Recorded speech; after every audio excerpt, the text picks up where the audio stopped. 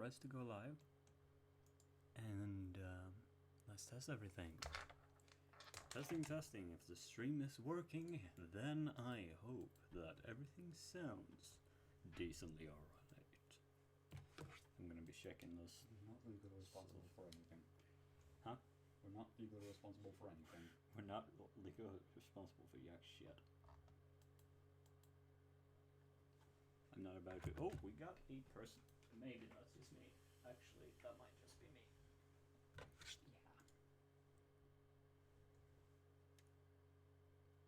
Yeah. No, that's probably me. Testing.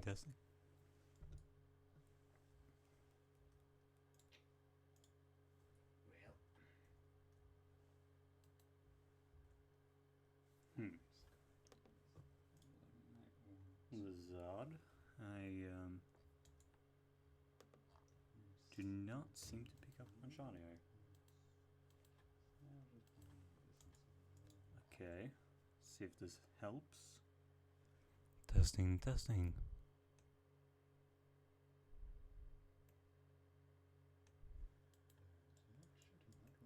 1, 2, 3. Unicorns are warning. Wobble horn. Fuck up. Miss me with that bullshit. Oh, the gain is on fucking nothing.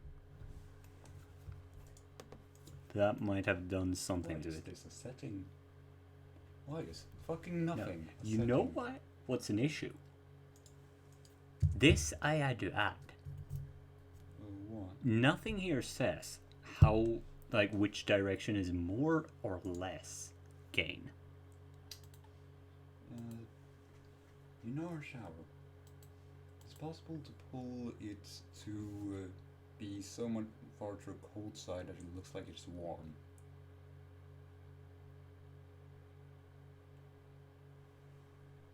Okay, yeah, that helped a lot.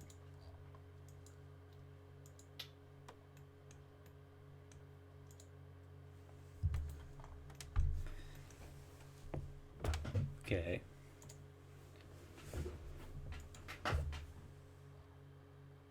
I think that we are fairly good now.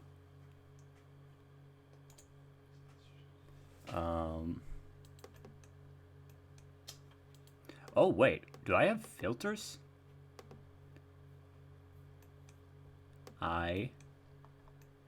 Oh dear. I'm gonna have to look into that at some point. In the fabled later. The fabled time of sometime in the future. 3 viewers. Okay, no, there's definitely someone else now. Hello, chat. Alternate versions of you. No. I'm only 2. Good that you that's I'm all just gonna off. end that thing, and we'll see if that. Oh, I'm not seeing a decrease in the current viewers, so maybe that actually still remains. In which case, that's silly. Hello, chat. Can we be heard? Is there audio for you beautiful people out there? We need to know so that we can potentially, at some point in the future, catch up to this series. Oh wait, concurrent viewers. Now that's on 2. Might be based on how much of its length they have watched. Yeah, so I don't know, but let us know in chat if there is someone else watching us. In which case, I hope you're not planning anything. I hope you are blind. Because otherwise you will have seen some stuff. Yep, there is. Good. We have Good, one good. person We to have a torment. Oh sacrifice. shit. Where's the fucking link?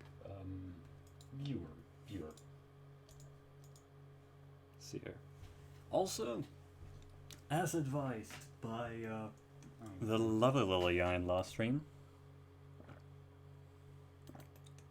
This time, we have honey tea. So that's delightful. I'm in chapter 15, but I'll listen. What the hell are you on about? Who? Listen, That boy. you are saying that you have read that far in it since last time. It was like a week ago, so. Yeah. I don't put it past our dear crazy boy. I read it at a probably unhealthy rate as well. But Went on to. that's basically the way I have read, well, basically everything. Now I might just kill some icy bones.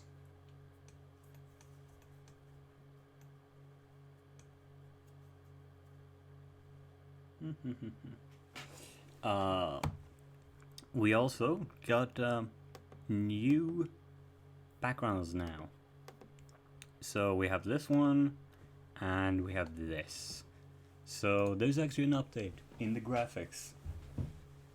It's still thrown together in like 10 minutes, like under an hour, by my messy hand. But it's definitely an upgrade. So let's see here. Where we were. Let's see if yeah, okay. Stream is able to catch up. It's just very slow. I have another plan. Let's see here. So, where last we left off, we had 3 lambs on a porch just hugging. Just lovely, lovely thing. Let's see how it all goes to shit.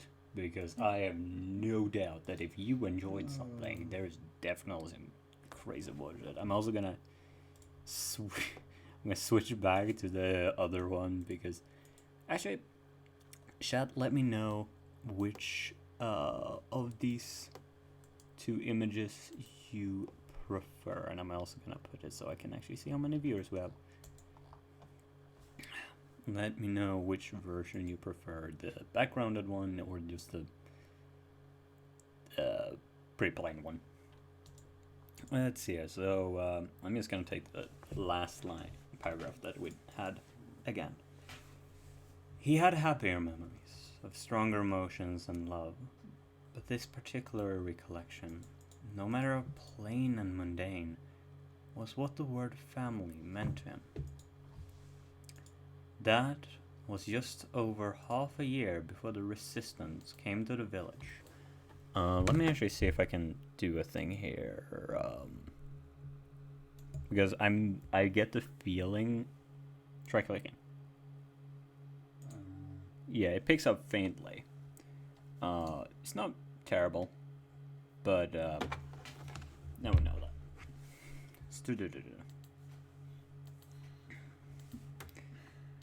That was just over half a year before the resistance came to the village. The 3 of them were in the village quite. The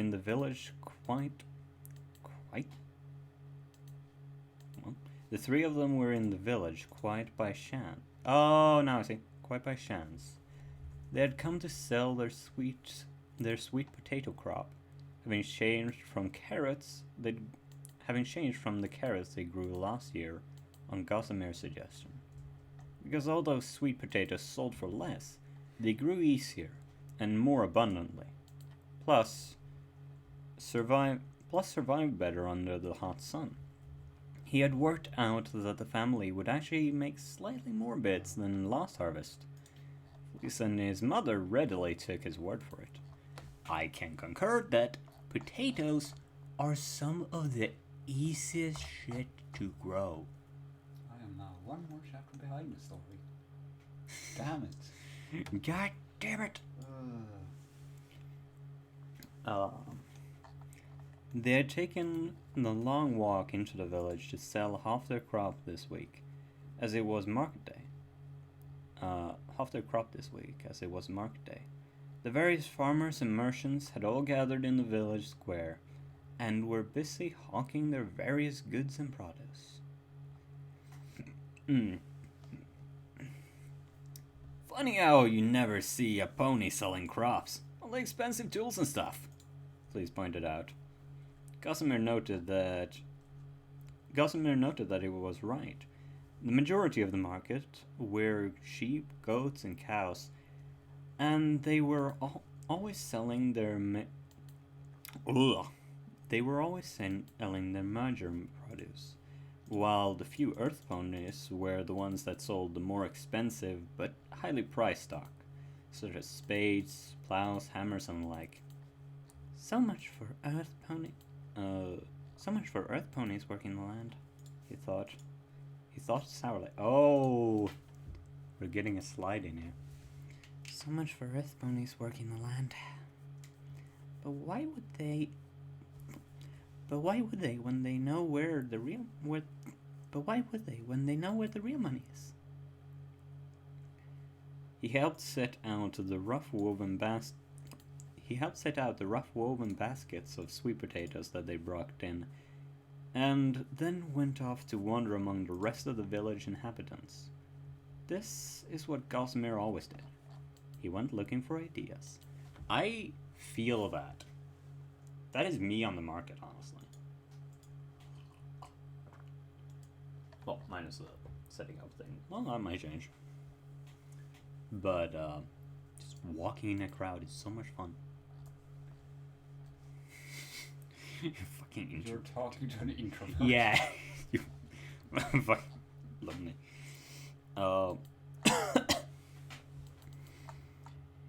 He would watch unobserved from the background as the village talked, haggled, argued, and insulted each other, gaining insights into the hidden lives of those around him. Gossamer reveled in being able to figure out what made someone tick. But it wasn't to be today. He'd barely gone 10 paces when there was a hush. A bad feeling stole over his wool. Immediately slinking behind a line of barrels on instinct, Gossamer looked back to see why. A small group had entered the far end of the village square, an area quickly clearing around them. 2 zebras, 1 earth pony, and a griffin, all with light chest plates, swords on the equines, and a nasty-looking axe on the griffin's back. It was the first time Gossamer had seen weapons and armor in his short life, and it scared him. The four individuals continued into the square as quiet spread. Not a dead silence, but a hushed quiet of nervous whispers. The armed zebras glanced at the stalls as they passed, faces calm and collected, while the grey earth pony and griffin walked with something of a swagger. Hey, no need to stop on our account, the latter called it. Oh, wait, the griffin? Okay, let me see if I can get a griffin voice in. Everyone remember last stream with the griffin? Oh, you're in for a ride. You're in for a ride, boy. The danger is that he could end up being very close to Fleece. Hey, no need to stop on our account, the latter called out with a grin. Indeed. We bring no harm to anyone who wishes us none, the zebra on the left agreed. We are just here to check up on how all of you are doing, the other added. When none of the villagers moved, the griffin scowled. I said no need to stop on our account. Get my drift? He asked threateningly. Aggressively not being aggressive. Everyone drew back. Then as one of them tried to look like they were busy, A nervous chatter started back up, while all tried to avoid eye contact. From where he hid, Gossamer could see how strained the act of normality was. Who are they and what are they doing here?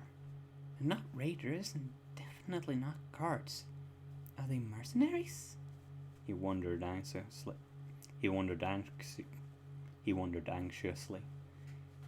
He'd overheard about such groups from passing gossip, but never actually seen any. Nevertheless, Gossamer was certain he was right. Gossamer observed how the armed group wove between the stores, picking up items and examining them. It was quite a surprise when they didn't steal anything. Just critically examined whatever it was that they'd taken an interest in before placing it back, murmuring observations to each other. They must be scouts of some kind. If they're not here to steal from us, they must be here to observe and report back to, someone? He tried getting a closer look, and noticed with a start that they were heading right for his mother, where she stood frozen, still halfway through setting up the stall. He clenched his teeth. No, please go to some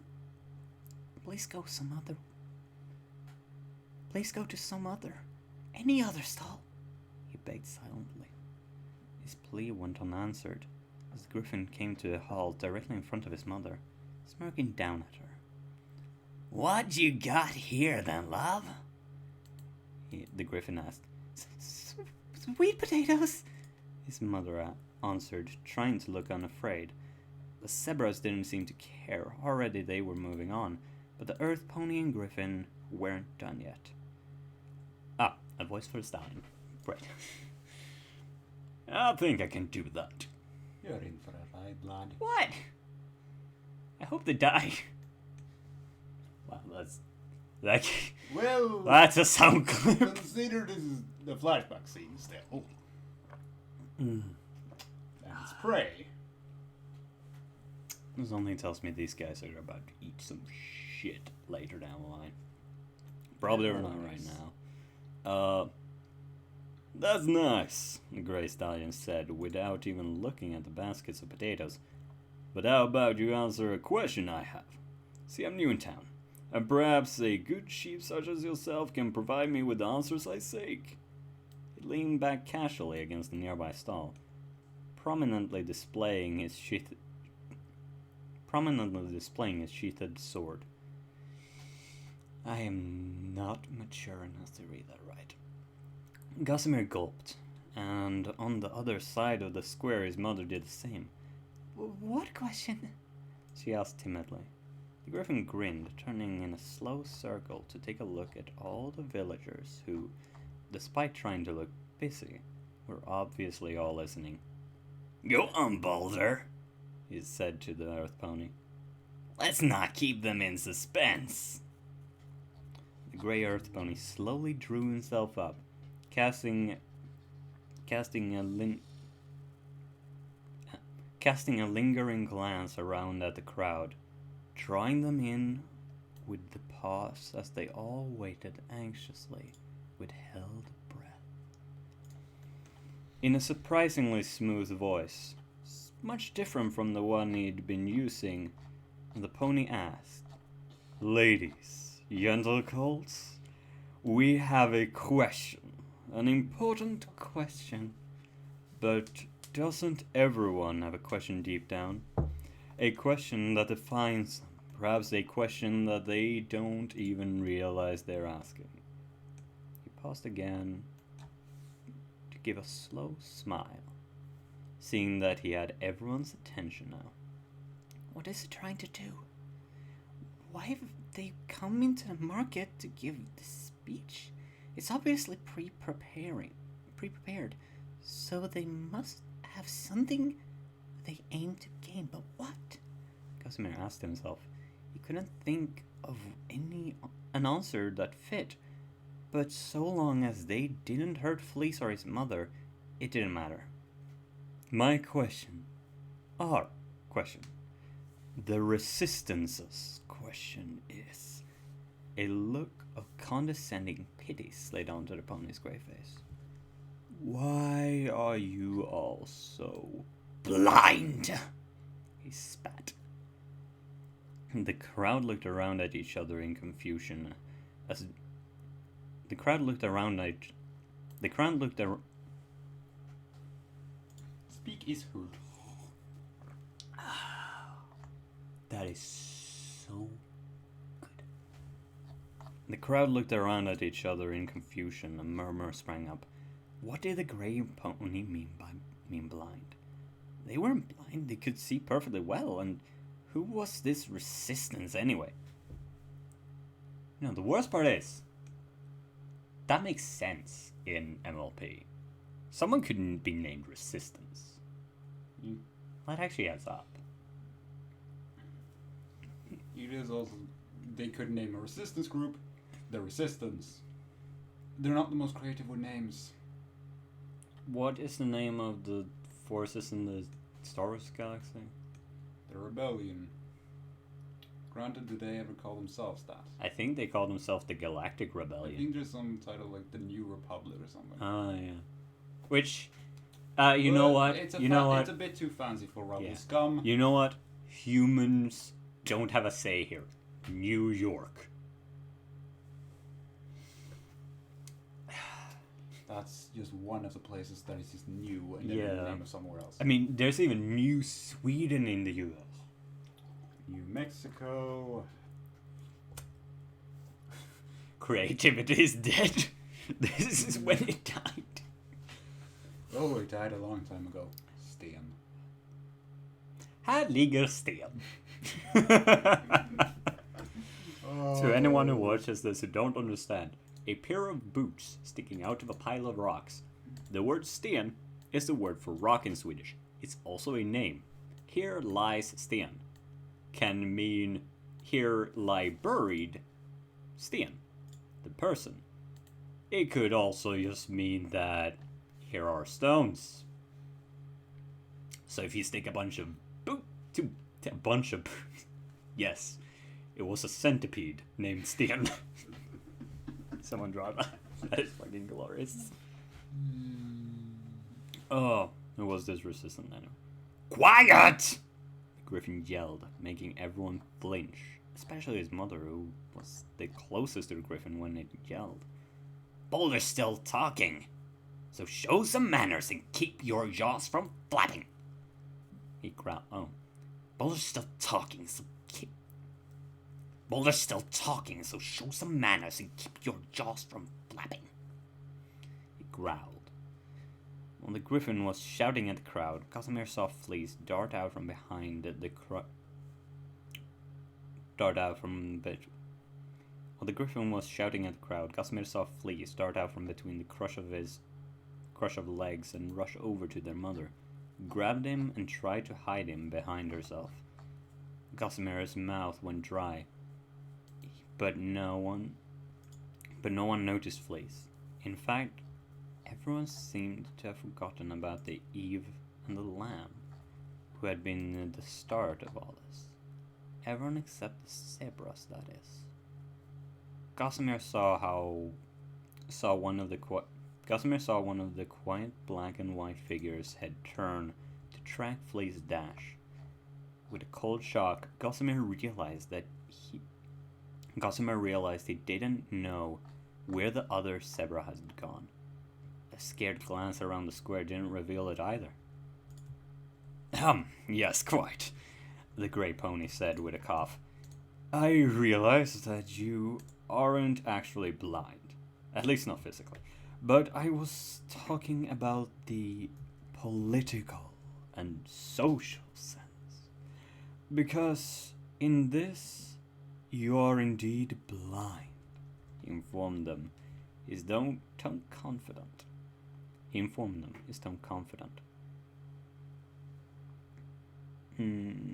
Most of you don't realize it, but you serve a tyrant, The Sun Tyrant Princess Cel... Most of you don't realize it, but you're serving a tyrant. The Sun Tyrant. Princess Celestia. Immediately. Who, has just successfully ruled the nation for several centuries. But we'll just skip that. Immediately, muttering broke out, but the Earth Pony spoke over them. Think about it. What has Princess Celestia ever done for you? Have any of you ever even seen her? He asked. Have you ever been smited by the sun? You're about to get... my take on Celestia was... Silence. Says it. If someone can control the sun, they can smite you with a lot of power. It's just fucking... what's that Greek tactic? Some Greek person just thought of the idea. Let's just build a giant disc of mirrors and just was that smite... burn boats. Smite the fucking boats. You burn the sail. I'm not sure if it was ever employed because that would take some serious work, but I have a feeling it might have been employed at some point. And if nothing else, I'm gonna use that in some fantasy plays because the idea of just some They weaponized mirrors. you collect gold when they say someone tells them you have too many mirrors in your house, you won't be able to fight for the threat that you will hurt. That's in a single beam of sunlight. Any vampire threat is now nullified. Actually, it's just null because they can... Clan Null is now Clan Nullified. Here's the thing. Clan Null can use bypasses the light because they're null, but... The worst part is, I'm not sure if Vire will have, they'll die of the sun. They're photophobic. That's, at the very least, they'll be photophobic. If they'll actually die from it? Nothing there. Yes. You've never seen her. She's never been here. In fact, I doubt she even knows here exists. Do any Pegasi or unicorns ever come out here to either provide you with weather control or magical assistance when you are so sorely in need? Do any of them care? No. Do any of them care? No! He roared, making the crowd jump. The sun mirror thing has been proven by Mythbusters. It's been... But do you know... no, who? It could... But... What?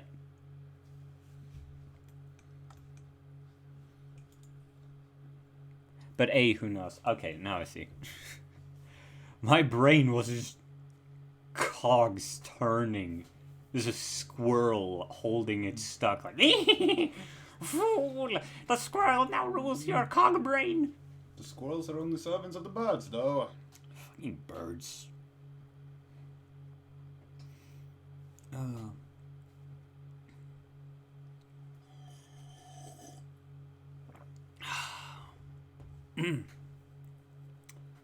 To them, you're nothing but a number that can be taxed.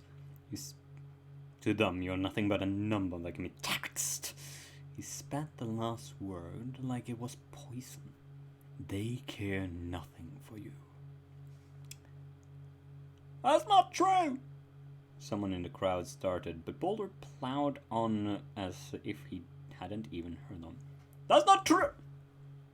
That's not true, this... And just gonna cut that off, I guess. Let's not forget the god. Do you see any of them here? Where are they when the manticores and timberwolves come to your farms? Gossamer noticed some uneasy glances going around as a few in the crowd found themselves silently agreeing with some of Boulder's words. Where are the gods, the royal or border gods? Where are those who are supposed to keep every pony safe? Keyword, being every pony. No, keyword being every pony here. Casimir didn't know where he was going with this, because Boulder 2 was a pony. His argument was counterintuitive, but Gossamer quickly saw his plan when the Grey Earth pony, who was somehow proving to be more intimidating than the Griffin, continued. Yeah, fuck, this guy is well written to just be a sly piece of shit, and I love it. Okay, then. Look, I have a thing for tricksters. There's a reason Slayske is the guy I align with and why I like Loki. It's because people who can do things with words. Why do you think I write Vissy, the elf character, as being really weak in a physical fight? Unless he has a gun. And for his neutral passive, Vissy wields a gun. I think or if not that, he just, triggers the hit the assassin in the room. Yes. Mira, Black Eagle. There is an assassin in the room and he knows Black Raven. Agents, so, Black Raven, the ruby is upon this person. Yeah. When you employ for a his neutral sleeper, passive, he wields a sleeper agent. For his neutral passive, he calls in an assassination.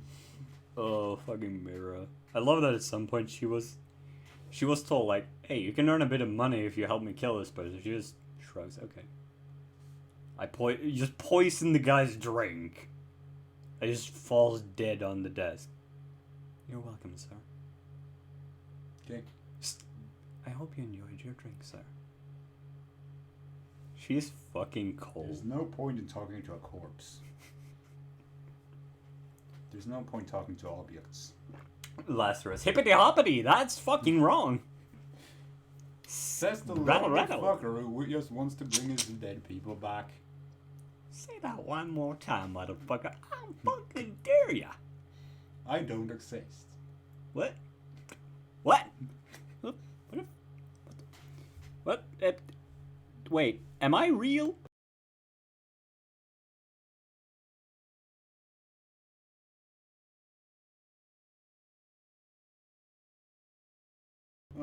No, getting back on track from that discussion. Back on track from the existential dread. Oh. I really hope that joke delivered and the stream didn't just skip all of my funny. I'm on the funny juice. You're out of it though, so. Yes, it did.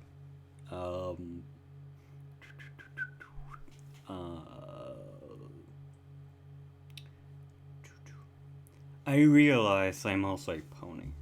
I realize that I might look like one of them, the Sun Tyrant worshippers, but I am not. I know that I'm no better than you. He placed a hoof on his chest, and his voice rung with sincerity. No one is better than anyone else just because of how they were born. Can't fault him for that. That's where you're wrong. So let's see. Am I real? Yes, it worked.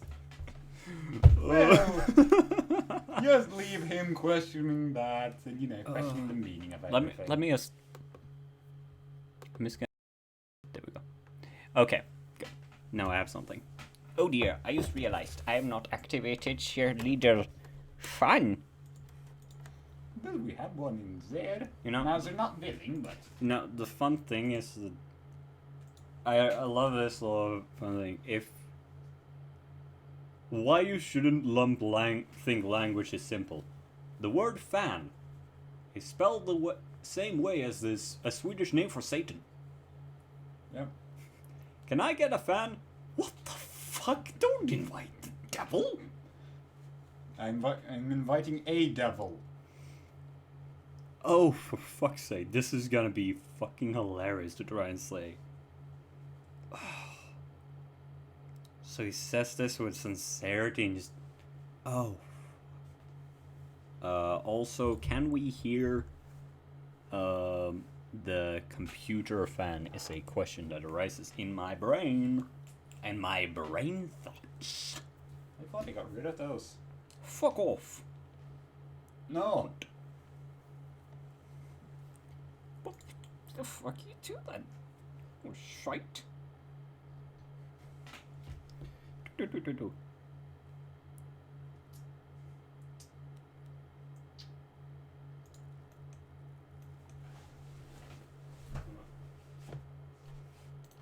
Why is a croupiers calling this tutorial all Yeah, that? we're good. The computer fan, if it's audible, it's low enough that it's negligible. Oh dear. Oh, that's. Oh, I have a head. Oh. Whew. I'm also thinking at some point we should do like a stream where we read something else that's shorter. I can find things. Hopefully, Let's considering do the other top- things that don't have readings. Yeah, potentially. Give people Also, some, hopefully, I can find something short, considering the top three longest things on my read later grouping are all over 1 million words long. holy shit. The longest one being over 2 million. You know, some people get paid to read in people's books. And then I'm just here, I just go into YouTube and I'm like, hey, praise the Lamb. Fan, not the devil one. Can be heard slightly, but it's barely anything. Nice. What about the other one, though? Hey, quiet down there. Moving on. The devil's in the details. No, he's in the basement. No, he's in Cape Gundan. Oh. Zebras, griffins, cow, sheep, goats, deer, yaks, bison, ponies. We are... Fuck, I pulled it off first try. All those things after... And I don't read... I'm just gonna say, I don't read any of this before I read it out loud. I sometimes do it, but I did not read all that, and then I stumble. Fuck. When the recording was perfect, Fuck. except you mixed two things in the wrong order. Now, it's even worse when you stumble at the last word. It's just fucking... When you wrote two like when you're doing math and you wrote two numbers, very nice looking, but they're wrong numbers, so you have to erase them. Zebras, griffins, cow, sheep, goats, deer, yaks, bison, ponies. We were all created equal. But Princess Celestia and her nobles don't look at it that way, do they? They think they're so much better. And then you, just because they were... They think they're so much better than you just because they have wings or horns. Even the earth ponies around here rule you, don't they? They're just the ones who bleed you dry each month on top of the tax pony. And who was it that put them in power? Boulder paused, slowly dragging his intense gaze over the crowd, making them wait on his word. Well, he said matter-of-factly, you know the answer to the question. You know whose fault all of your hardships are. But whether you choose to acknowledge the answer or not is up to you. Jan! Yawn! Jan! Jason. Born. Oh no. Wrong Jason. Wrong Jason. When you tagged someone in an insulting tweet. Jason. Jason Voorhees. Oh no! Wrong! Delete! Jason Voorhees. Some motherfucker about to get axed. I'm about to commit tax fraud upon your body. You're about to commit tax fraud because you're not going through the proper channels to bury the body, which would include paying tax. So you're committing tax fraud. Would it? Well, the thing is, there would be costs that go to states in the True. process of the money to bury someone. Sure. And because you are skipping that by hiding the body and burying it yourself, you are thusly cheating the state out of money. You're committing tax fraud. And murder, but that's a secondary crime. I'm not sure this is how tax fraud works, but okay. We gave him a death sentence for it, so... Boulder's smooth voice rose once again. That's all we're here to do. To try and find an answer to our question. To try and make you think for yourselves. And think what we want you to think. That's what the Resistance is. A group who thinks for themselves. For themselves. If any of you are interested in thinking for yourselves for once, then come and find us, Boulder told the crowd. With that, the pony turned and walked away without another word, and the crowd's breath seemed to return with a great rush as everyone started to whisper at once. Gossamer heard a grunt behind him. He turned and his heart nearly jumped out of his chest when he saw the other zebra not 4 paces away. He'd been there the whole time. The zebra spared the lamb a lingering glance before stepping out from behind the barrels and heading off to the retreating figure of Boulder. The other zebra left too, but the griffin wasn't done. Gossamer saw him leaning close and say something to their mother, which Gossamer couldn't catch from his position. Whatever it was, it made Fleece rush in front. Whatever it was made Fleece rush in front of their mother, who had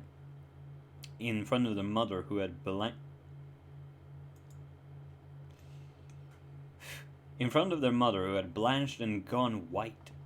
Don't you dare touch my mother! The brown lamb shouted up at the armed griffin. Gossamer's eyes went wide in horror. Terrible scenarios flashing through his mind of what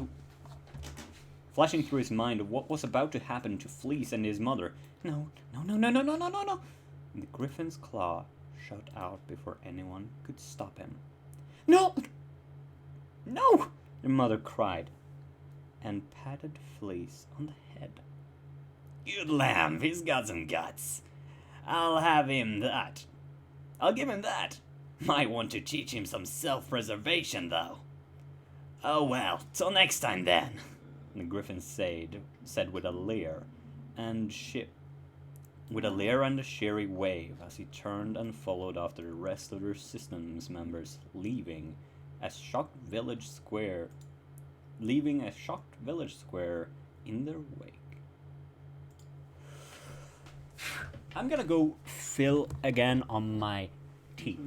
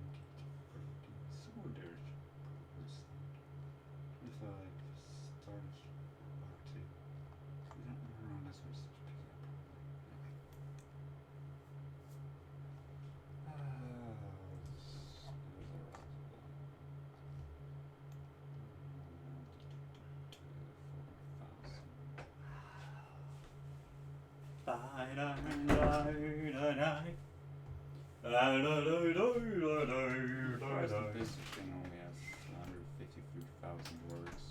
Huh? Just surprised that the Series Soaring has 153,000 words.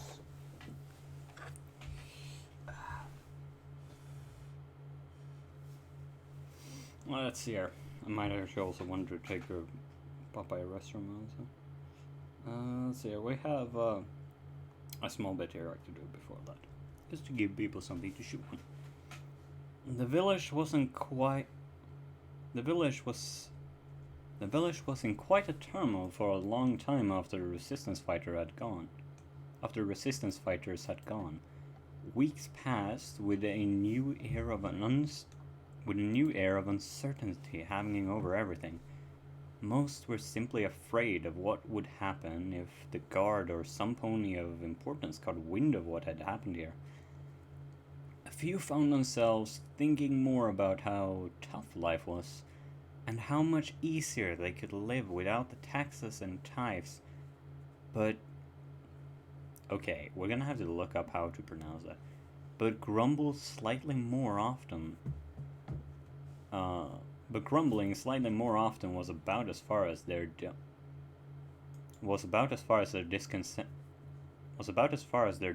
went. A smaller number took to actively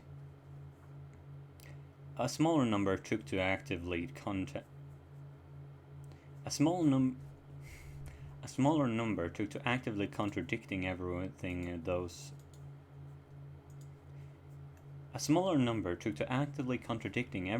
from the resistance had said, going out of their way to comment on what a lovely day it was, and how thankful they were that there was a goddess who raised the sun for them. The smallest group of all found themselves agreeing with what the Earth Pony Boulder had said. Okay, I'll be right back. I need a rest from. Look up that word.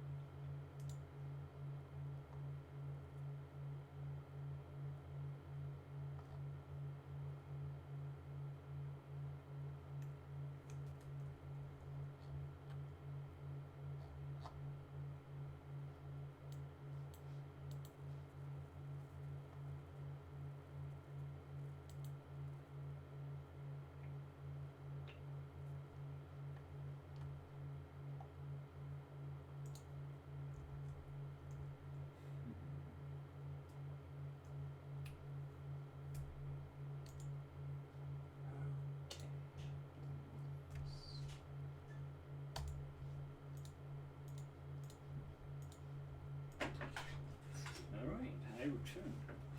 And I've now found how this thing is supposed to be said. Tariff. And, let's just give everyone a word of the day. Tariff. A tax or duty to be paid on a particular class of import or export. So, yeah, I guess they also have to pay for everything that they do. Yikes. If you earn money, you gotta pay the state to earn the money. Yeah, but wouldn't that be the tax though? No, the tax is on the money you earn. Oh, Steve Sketcher is apparently live. So, everyone, when this stream is over, I'm gonna drop a link to a Twitch stream. If they are still live then. Well, I don't think you will get there that fast, so they probably will be.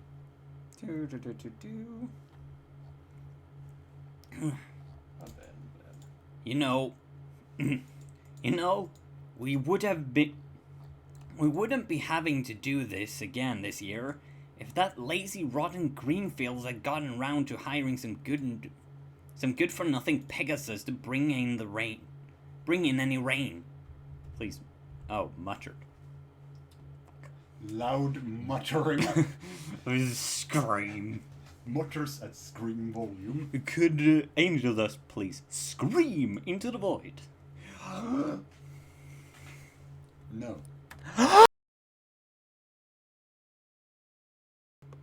That That was loud. Anyway, back on track. tea soothes everything. We wouldn't be having to do this again this year if that lazy rotter Greenfields had gotten around to bringing some good-for-nothing Pegasus to bring in any rain.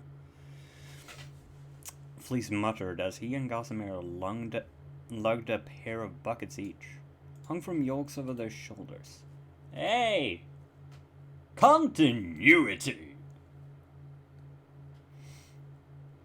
It had been 5 months since those 4 from the Resistance had come, and his brother Fleece was still thinking about them, or rather what they'd said. Gossamer could tell some of what Boulder had said had settled in Fleece, even if his brother didn't start actively denouncing Celestial ponies. And that's because Fleece's concerns were much closer to home. Namely, the hard life they lived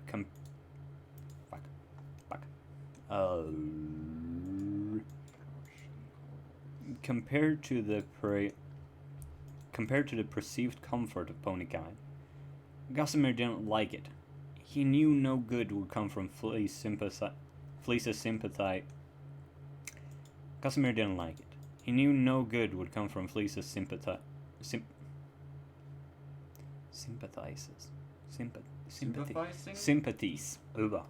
Gossamer didn't like it. He knew no good would come from Fleece's sympathies towards the Resistance. Even if his brother denied that he held any. Although sometimes it was easy to see why. Like right now, for instance, with a rough wooden yoke digging into your shoulders, carrying 2 heavy buckets of sloshing water from the well, while the sun beat down mercilessly on his sticky wool. Yikes, yeah, that's even worse for Fleece because his wool is brown. Shut the fuck up. So that's just gonna absorb the light. Ugh. Gossamer glanced up at his brother, who in the last 4 months had hit a growth spurt. Now, despite only being a year and a half younger than Fleece, Gossamer was only half his older brother's size. It was not the only thing that had changed. Things were different now. There was something that hung in the air between the family, which none of them could quite put a hoof on. Gossamer hated it, but his mother and Fleece seemed perfectly happy to pretend it wasn't there. Come on, after we're done with this row, there's only another 16 to go, Gossamer said, trying to encourage his brother. Fleece grunted tiredly, but still shouldered his yoke and picked up the pace. I keep seeing like a flash in the corner of my eye, and I have no idea what that is. Maybe my brain is just playing tricks on me, or maybe a certain lamp is in my brain. I do not know. You wouldn't be seeing things then. Oh, I've missed drinking tea. Quite hard to shoot on metaphysical, quite hard to shoot on action, but... What? Don't worry about it. Ladies and gentlemen, Tuma's the fucking weirdo. I'm not one to speak. They paced They passed their mother coming back the other way with her own two empty pails. They passed without a word, but Gossamer saw his brother's face twitch. Anyone else would have missed it, but despite his youth, Gossamer was excellent at picking up on hints and tells. There it is again. There it is again, he thought with frustration. They were down to the last 2 rows before Gossamer finally gathered up the courage to speak. Fleece? He asked, easing the yoke from his aching shoulders. Even his smaller water pails and half-sized yoke, even with his smaller water pails and half-sized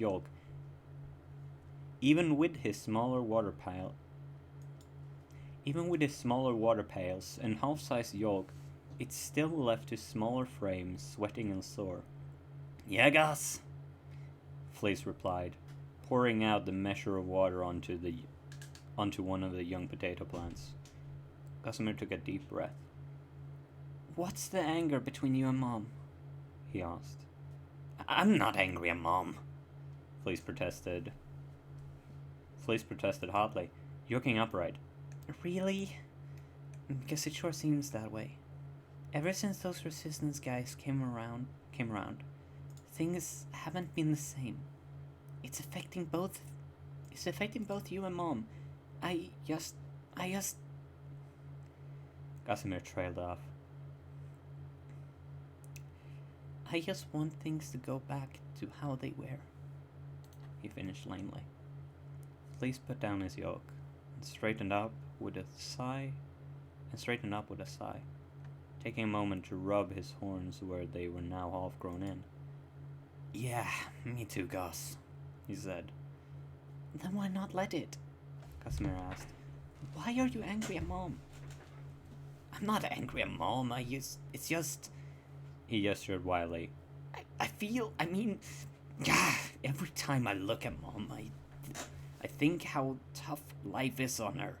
I never really thought about it till I heard Boulder speak. But Mom tries so hard, and yet we're so poor, none of us deserve this. Especially when there's those who do far less and have a lot more than us.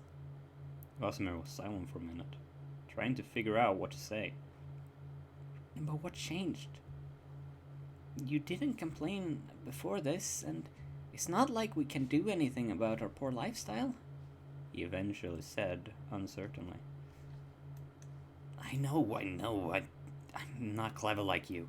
I don't have all the words I want to say to just... I know nothing changed. But I've changed, Gus. And I don't like how nothing else has. Like, we should be doing something to make our lives better. I just feel like things are different. Or maybe just us who's different now. Does that make any sense? Fleece asked. Gossamer rubbed at his own head. Feels the soft buds. That's present tense. Gossamer rubbed his own head, feeling the soft buds under his wool where the horns would eventually grow in. Maybe? He said cautiously. Don't think so, Fleece said with a tired smile. Don't think so. But I'm sorry that you feel this way. Sometimes I forget how young you are. Sometimes I forget how young you still are, Gus. What's that supposed to mean? You're not much older than me yourself, Gossamer retorted. Fleece frowned. So, I'm still older, and I'm supposed to be the responsible one. I'm just trying to do what Dad would have wanted.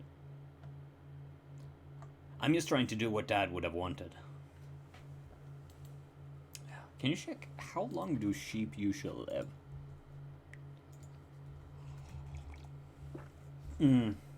When I try to get through this chapter, I'm thinking. Got like an hour. 20. 10 to 12 years. Oh. And he spent like 40 years in prison. Yeah, I mean, that makes sense to me, though. Because there we got the runes confirmed. But I was thinking, like, okay, how long do they live? How long with all that stuff? Because, quite frankly, it's neat that they have... He was only 4 years old. That was an adult, essentially. So that's neat. That's neat.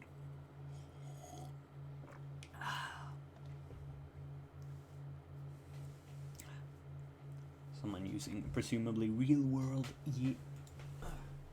logic on these Creatures. these. I do not remember on the top of my head the whole splee that Boulder pumped out.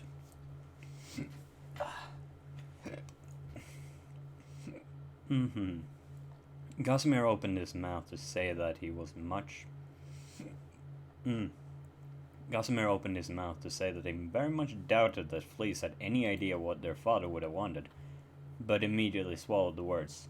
His older brother didn't need to have his memory of his father tarnished. Much kinder to let Fleece think that their dad had been a good ram instead. Gossamer scuffed his hoof in the dirt. So, does that mean you are going to join the Resistance then, Fleece? I mean, you did just say that you hated things as they were right now, didn't you? He asked. Fleece's eyes went wide. What? No! That's not... You mean actually, though? I would never leave, he spluttered. Oh, thanks, Celestia. Gossamer heaved with a sigh of relief, very glad that he'd been right. It seemed like Fleece just talked like so many other villagers. Actually making drastic and life-altering decisions was beyond him, and the drudgery of known life much preferred over the uncertainty of the unknown.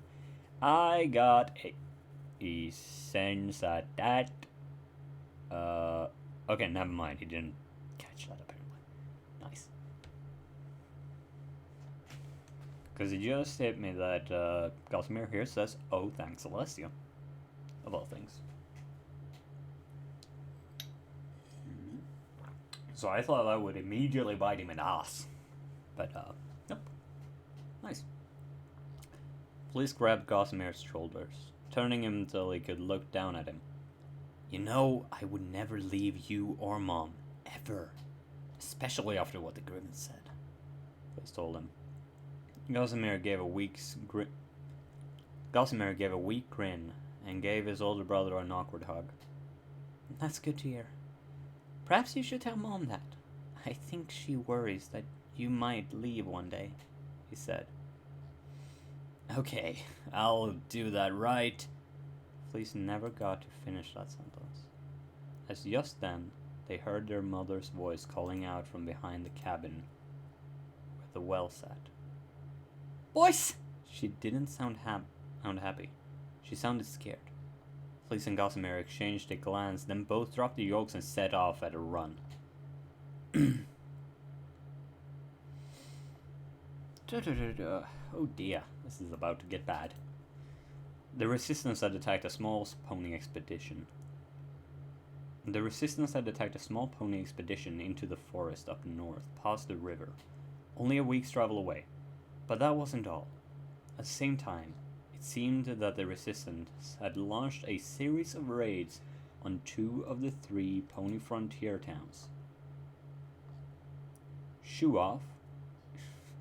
Okay. I'm just gonna have to shoot. Oof! That's legit how it looks. SHOEOOF.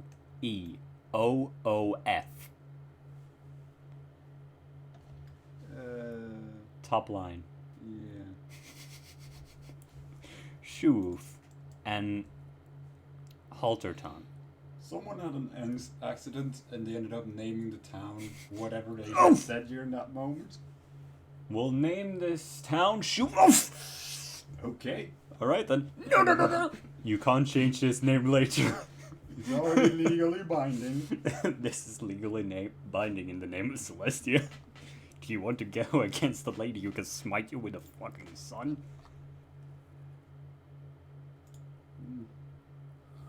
That's not Santa Claus.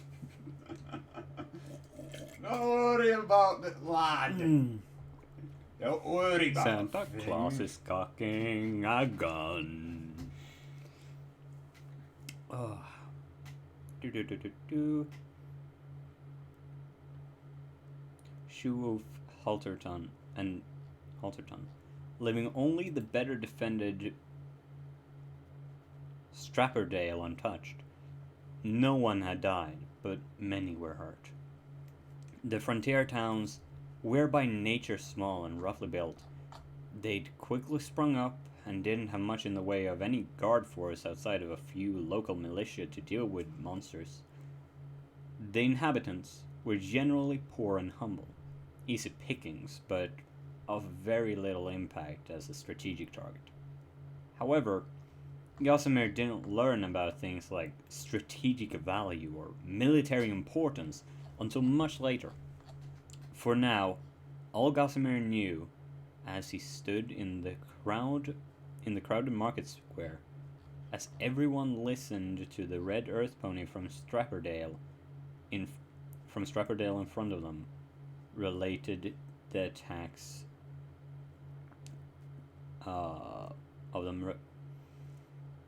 As everyone listened to the red pony from Strapperdale in front of them relate the attacks to the horrified audience, was that he felt very small and lost. The unthinkable had happened, and the future was suddenly thrown into uncertainty. What's going to happen? Is the resistance going to... What's going to happen? Is the resistance going to attack here too? Casimir wondered, feeling numb. He wasn't the only one with such questions. What's going to happen to us? Are we in danger? As a border guard? What use are they if they can't protect anyone? Are we going to have to leave? Where will we go? No one had any answers. The red earth pony on the stand wasn't any kind of official, just a blacksmith. I'm sorry, Praise Lamb, but just a blacksmith who'd come to tell them the news. Just a blacksmith who had come to tell them the news. This is honestly a really neat way to catch errors. I might do this to myself. One. Reading it aloud, you're caught by the errors. And knowing myself, I don't remember exactly what I wrote a week later. I don't know exactly what I wrote. So if I read it aloud, if I read it in my head, I read so fast that, I don't catch the errors. But if I read it aloud, the air was heavy with fear. In a detached sort of manner, Gossamer thought it odd that Greenfields and his fellow landlords didn't try to stop the red earth pony from spreading the bad news. Usually they tried to hush up bad news. Oh, here comes something. But then again, this was on a different scale, and it was unlikely they would do little more than delay the news anyway. Gossamer became aware that his mother was gently rubbing his head. He glanced up, looking for reassurance. He found it in her warm smile. He was so thankful for that smile. Even if it was probably nothing more than another mask, if it was, he didn't want her to ever take it off.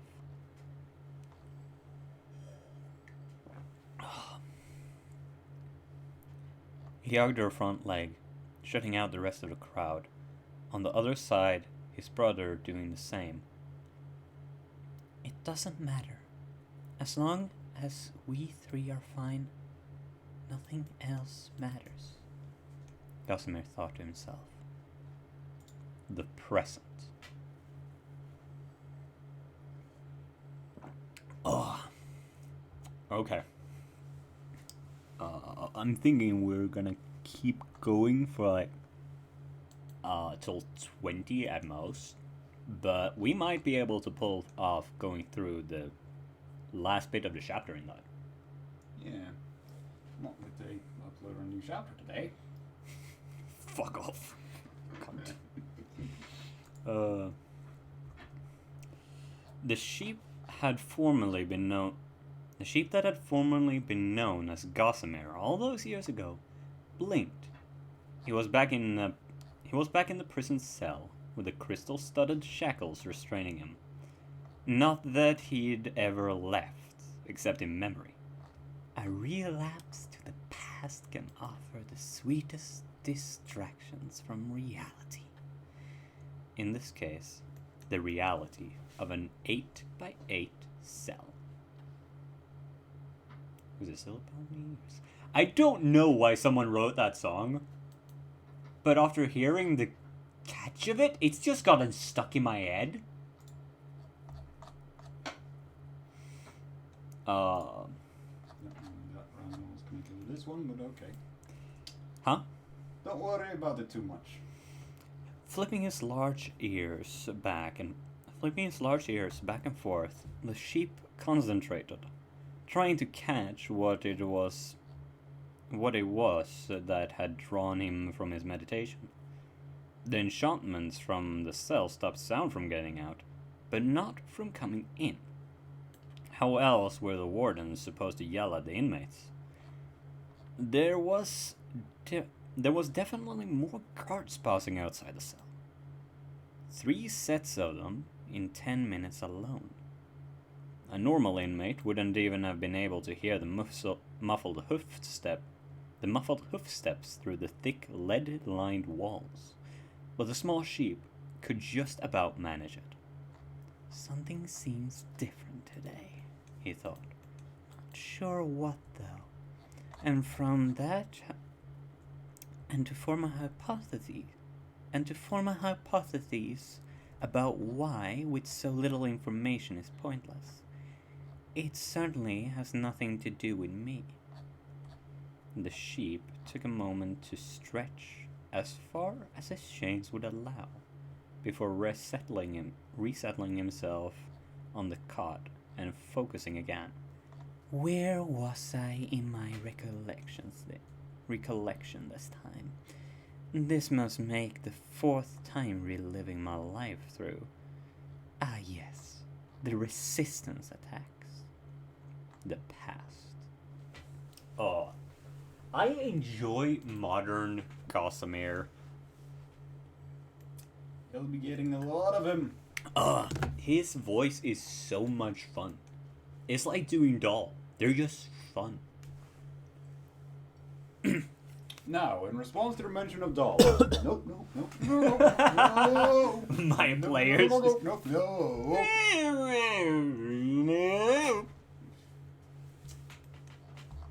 Yeah. And Nilo. Nilo's also a lot of fun to do. Yeah. Emotionless little fuck. He doesn't give a fuck because he kinda can't. He can't feel empathy, I love it. So yeah, he doesn't care about your well-being. I can't fear for your life. I mentally am unable to feel any pity towards you. Because I sold that. No. Just something you do. Just casually, you know. Sort of just Casually sell a core Sold. aspect of what makes you a human. Sort of that Or- kind of thing. mortal. That humanoid? Yeah, humanoid works. Sentient or something. The past. The next 5 months in the village ground. This next 5 months in the village ground down into a grim slog. A somber gloom crept into every aspect of the villagers' lives, as what had started as a small rebellion quickly grew in size and severity. The villagers never saw or experienced any of the fighting themselves, but they heard all about it. Another ambush on the road, another midnight pillage of a grain barn, another hapless bystander in the wrong place at the wrong time. At the first fatality was an old donkey by the name of Yim. Gossamer had never met him, and neither had Fleece, but apparently their mother, and Jim had grown up in the same hamlet. The story was that Jim had been accidentally mistaken for a resistance raider trying to sneak into town by one of the town's militia. They'd issued a challenge,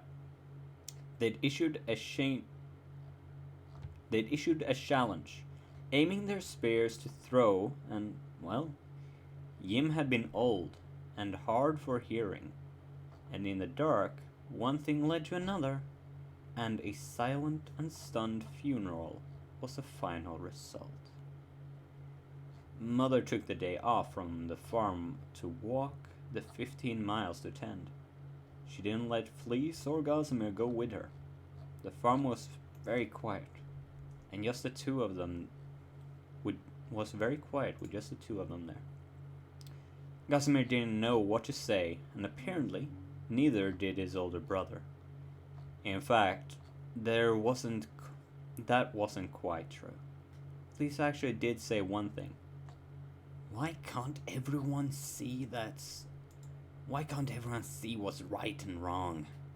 Gossamer just gave him a hug. It was already a full month into the raids before the border guards even bothered to turn up. And even then, it was just a few patrols. Many in the town were livid to learn that, in the grand scheme of things, the resistance and these attacks barely even registered as more than a vague interest of their pony betters, who gave the orders on the other side of the mountain range. Taxes and tariffs also increased, apparently to help fund the increase of militia and presence of the border guards. It certainly didn't make any of the various villages on the frontier towns any happier about their earth pony landlords. Then more started to die. A Pegasus was found dead in a muddy puddle, an arrow in his back. A few weeks later, a griffin and a grey ram were killed in a scuffle by the border guard. The guard claimed the dead had been resistance fighters. No one was sure about the griffin, but the ram's family all angrily swore that their son had been no such thing, and that the border guards were just trying to cover up their mistake. Although no one knew the actual truth of the matter, relationships between the border guards and those they were supposed to protect slipped even further. A donkey was found hanging within his own barn, and his house ransacked. Rumor was that he'd been seen collaborating with the border guard. A barn was burned down, and it was until later that it was found out that a baby lamb had been inside. Mother hugged them both very tightly that night, and made them promise to never leave her. They promised. 3 resistance fighters were captured by a mixture of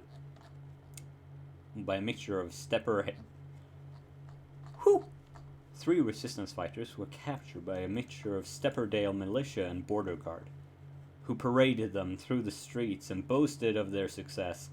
That very night, the resistance snuck in and broke the 3 out, leaving a dead jail keeper in the previously occupied cell. Then the border guard got 3 in the morning. Then the border guard got there in the morning. A trap on the cell door almost cost the border guards who opened it his life. As it was, he'd survive a cripple.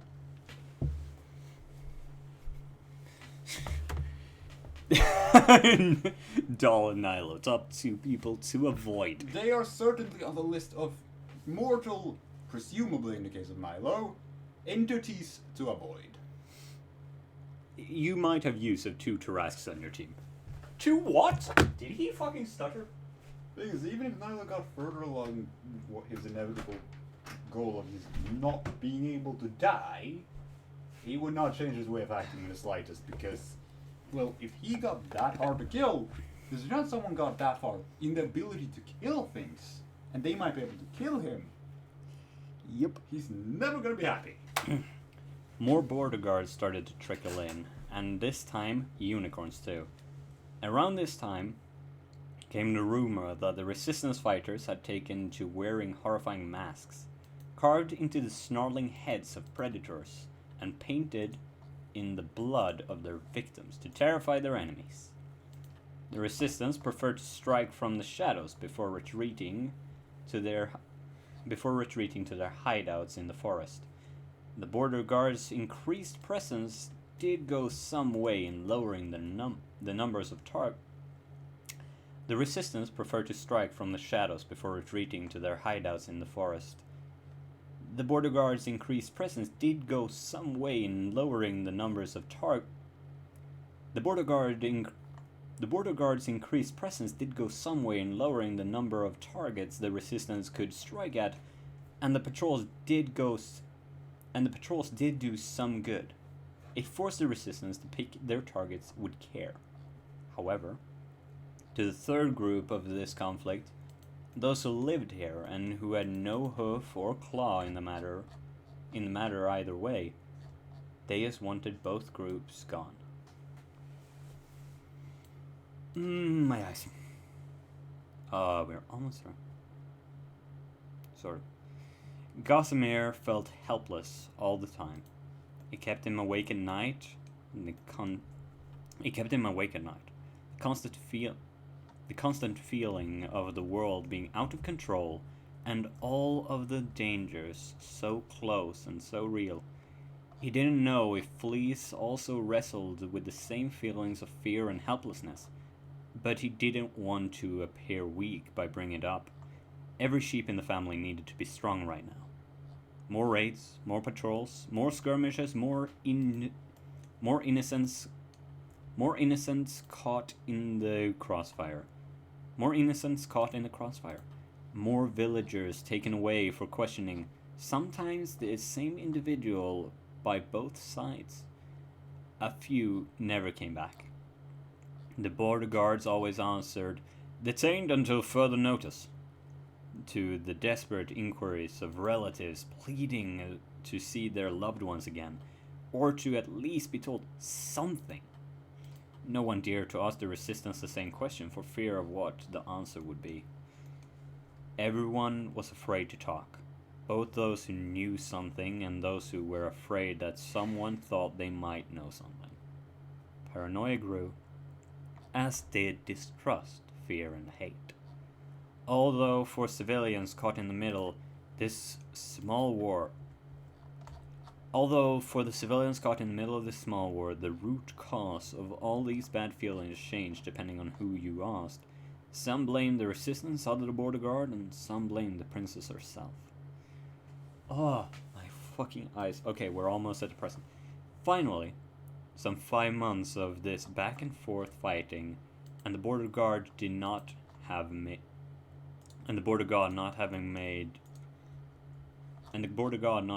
any headway into putting down the resistance, the pony lords on the other side of the mountain finally lost their patience. They decided to send in some real power. Up until then, the border guard had seemed quite content to simply react to anything the resistance did, rather than take the initiative. Perhaps this was because the resistance hadn't done anything big yet. Apparently too cautious to commit to real fighting.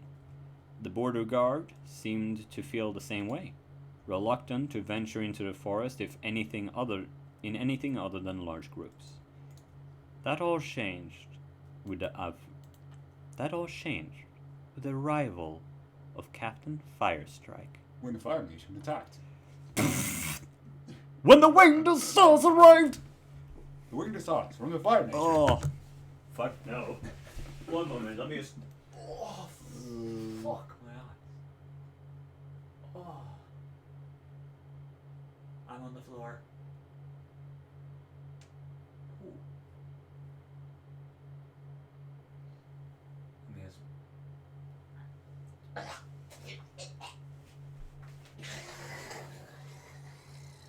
Oh, settle down. So then we'll bring in the replacement.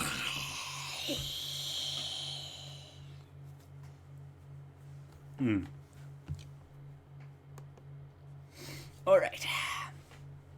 We're in the present. And, oh dear, how long are we left? We're, present. That's where we are at.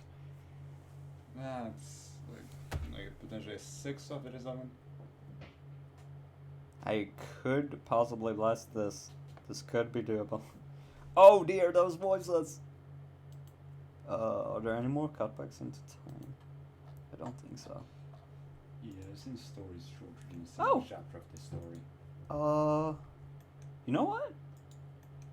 And I've also seen a stupid thing that is just the longest stories on the site. Let's see, what happened? 'Kay.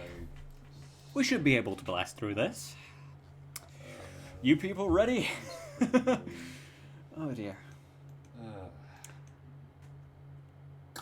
The sheep in the cell's eyes snapped open. He barely had time to rise from the cot as he realized that there were guards on the other side of the magically sealed door before it banged open. What? What? That thought was cut off as four prison guards in bulky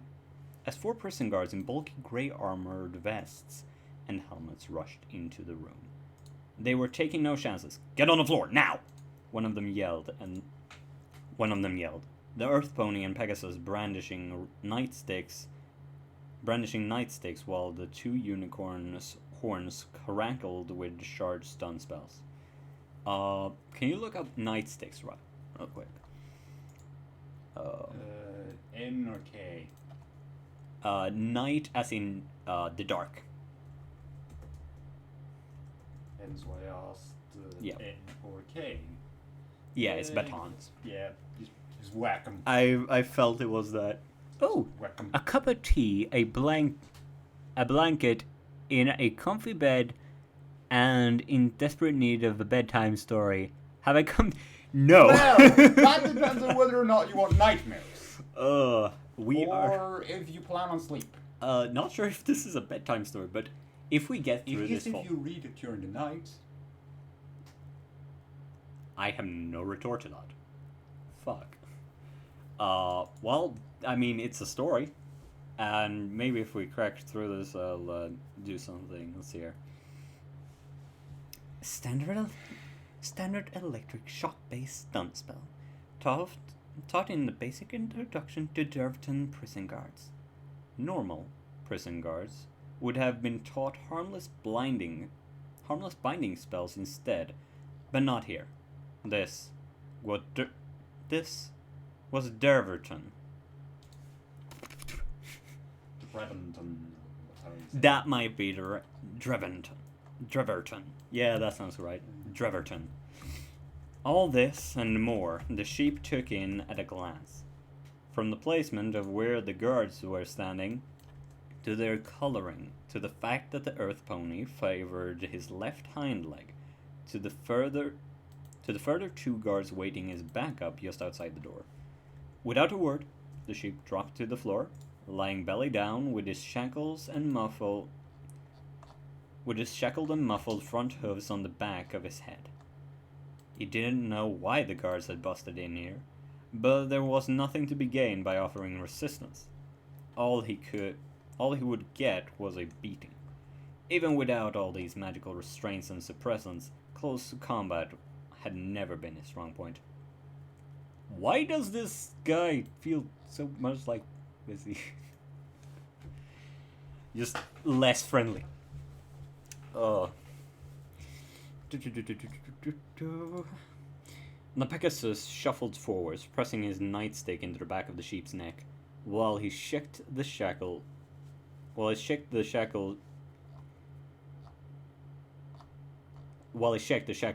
working. I'm just gonna edit that just so it flows better. The Pegasus shuffled forwards, pressing his nightstick into the back of the sheep's neck while he checked that the shackles were still working. As if you'd As if I'd been lying here if I'd broken free, he thought with a smirk. Really though, 6 guards for one small lamp? I wonder if I should be flattered. It's clean, sir. Cuff's still working, the Pegasus barked. Good. You two get in here. Good. You two. Good. You two get in here and get him. You two get in here and get him hooked up, one of the unicorns, the yellow one, ordered. So, he was the one in charge, the sheep noted automatically. It was a habit to look for any piece of information that could give him an edge. Not that it would help him in the slightest bit, even if he broke out of these bindings. Impossible. And somehow won the fight 6-on-1, even more impossible. And somehow got all the way to the top of the mountain unspotted. Completely impossible. He'd still have to escape the island fortress that was Dreverton. And unless he sprouted gills or wings, there was no way that was happening. These thoughts occupied his mind while the 2 earth ponies came in carrying lengths of chain. One length was quickly clipped to his front leg shackles, and the other to his rear ones. Once done, all banked off to the end of the chains, the guard in front of him, and the other one behind, keeping him firmly locked in the middle of them, 5 hoof lengths out of reach. Up, the unicorn growled. Wordlessly, he complied. The guards never took their eyes off him, and he was led out of the cell, half of them in front of him, and the other bringing up the rear. He hesitated at the door threshold. He hadn't stepped out of the cell in 50 years, 2 months, 3 weeks, and 5 days. A yerk of the chain got him moving again. Why was he being let out now? What was going on? He'd been sentenced to life in prison. Let's not get ahead of yourself. Who's to say they aren't taking you to a worse cell? Or perhaps execution? Maybe Celestia had finally gotten up the nerve to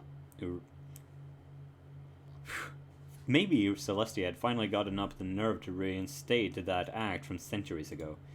How he wished he could still read the surface thoughts of those around him. The sheep pondered on his fate as the guard led him along the spiraling path, slowly heading up towards the old volcano's peak.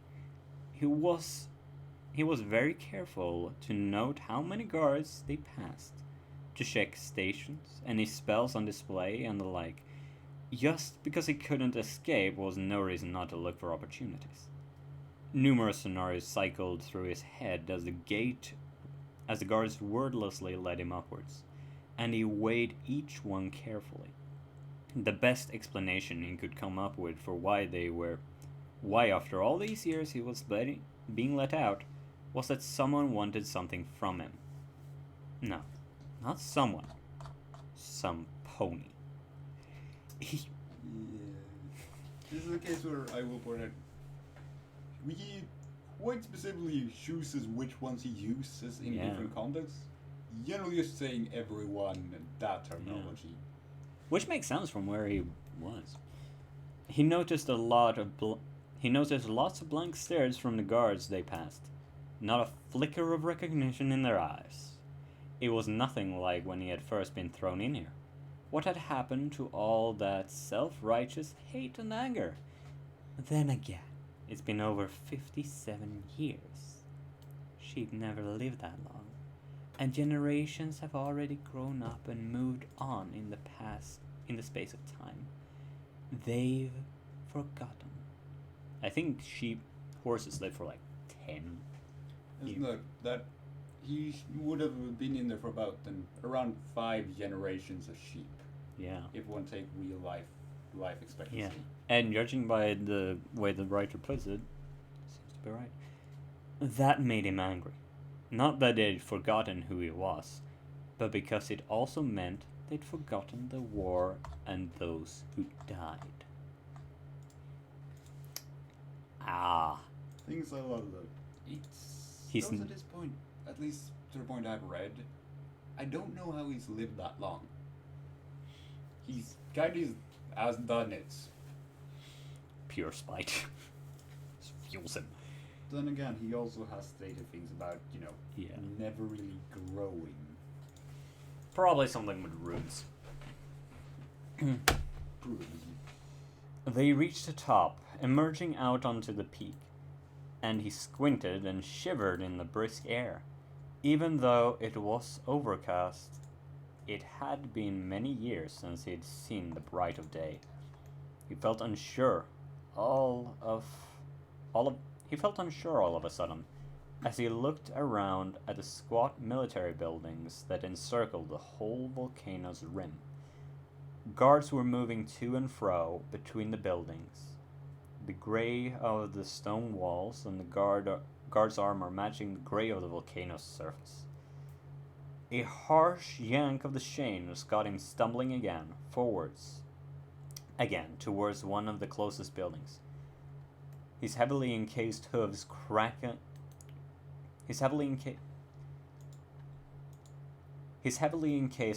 clattering loudly on the stone path. A guard at the door nodded at the yellow unicorn and opened it. The sheep was dragged in with a helpful prod from a nightstick. Only the yellow unicorn and one of the chain leech holding ponies followed him in, the rest all filing back out of the door with a crisp salute to some pony at the back of the room. The sheep glanced over and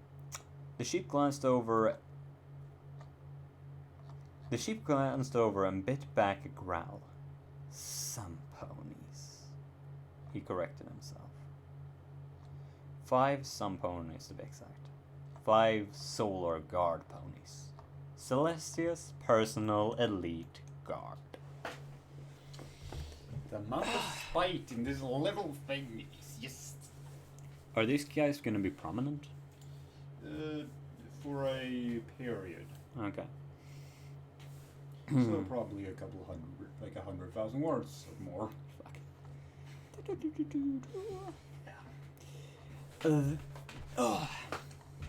The obvious leader of the Solar Guard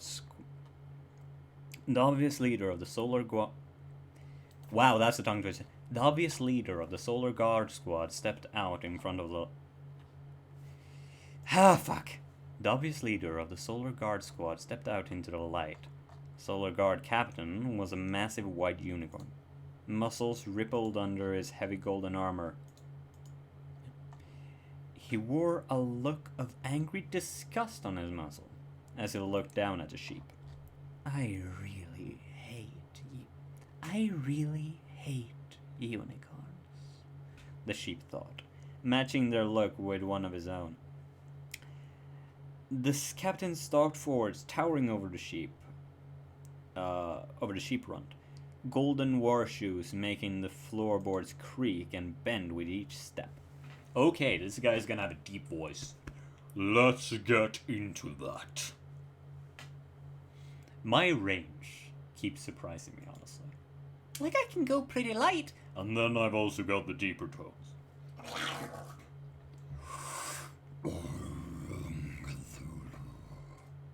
Nah, you're the Chinese knockoff.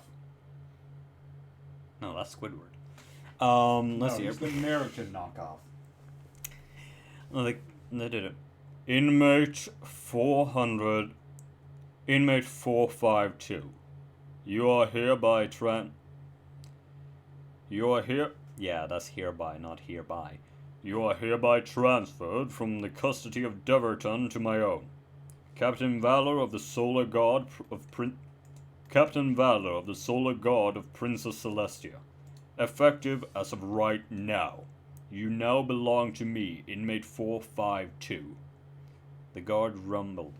Even his voice sounded too large for his body. Prisoner 452 didn't think he'd ever seen a bigger unicorn. Even Earth ponies didn't get this big. And I just realized something. They haven't referred to him as prey up to this point, have they? Nope. They have called him Inmate 452, and we have had him referred to as Gauss and Gossamer. Yeah. You two will take it from here. You two, we will take it from here. Dismissed. Captain Valor balked at the two prison guards still in the room. Without a word, they snapped into a crisp salute, wheeled around, and then marched out. The fact that they didn't offer any kind of resistance to the captain's abrupt order spoke volumes for the respect for Captain Valor. No doubt he'd brought them many prisoners over the years. The door clicked shut behind them, leaving the sheep in the room alone with 5 solar guards, who had already spread out to expertly cover all angles and sides of the room without a word. Highly trained. No need for verbal commands. Armored, all unicorns. Just my luck. 452 thought sourly. Glaring right back at Valor, he hated all ponies. But he especially hated unicorns. I hate everyone. I just hate you even more. I don't hate everyone equally. Unicorns. Unicorns are fucking shit. I hate all of you, and I particularly hate your race. That's racist! Yes, and Yeah, I don't think Gossamer you gets are it. quite racist as well, so shut the fuck up. It's not for He felt small and he felt very small and vulnerable standing in the middle of the room. What's it going to be? Magical torture. They could kill me and no one would even raise an eyebrow. Not because of who I am, but because they are solar gods. He fixed a smirk on his normally gentle features. Beautiful sky blue eyes and soft floppy ears, not matching the expression of hate on his muscle at all. How he wished he wasn't bound so he could read these fools' forethoughts. Captain Valor seemed to grow bored of their staring contest, as he couldn't get the sheep to be the first to break. He snorted and stomped forwards again.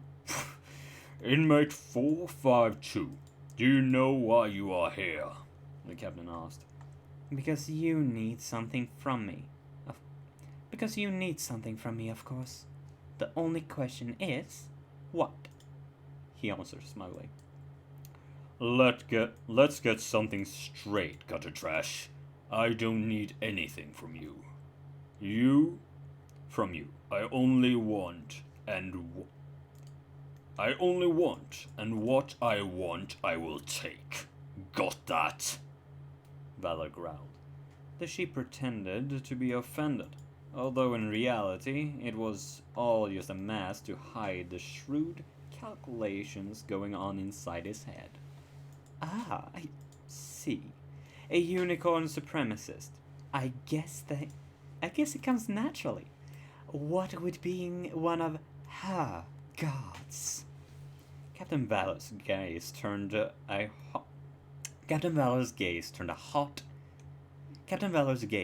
hot as his sun mistress. I'm going to do you a favor and forget this once that disrespectful tone you used for addressing your rightful princess and ruler, sheep. So, you're expecting someone who's been locked away for 5 generations of their race's natural lifespan to speak with respectful tone about the one who's the reason they're there. I almost ran out of breath Dumb on that shit. one. Captain Valor has a deep voice that takes a lot of air. He growled dangerously. All the guards in the room wore matching expressions of barely constrained fury as they glared at their prisoner. He frowned. Something about Captain Valor's words didn't fit. Wait, the way you said sheep, Not my name, not even inmate 452. Is it possible that even they don't know who I am? He wondered. If they didn't, it suddenly opened a whole range of possibilities. How to find out for sure? Before he could change his mind, the sheep tilted his head and laughed. As if she's ever done anything for me. What makes you think I'd ever submit? What makes you think I'd ever submit to the What makes you think I'd ever submit to the likes of something like her? He didn't even see Captain Valor move. The war shoe catching him right in the gut, he collapsed catching him right in the gut. He collapsed and then tried to wheeze for breath, reaching out for.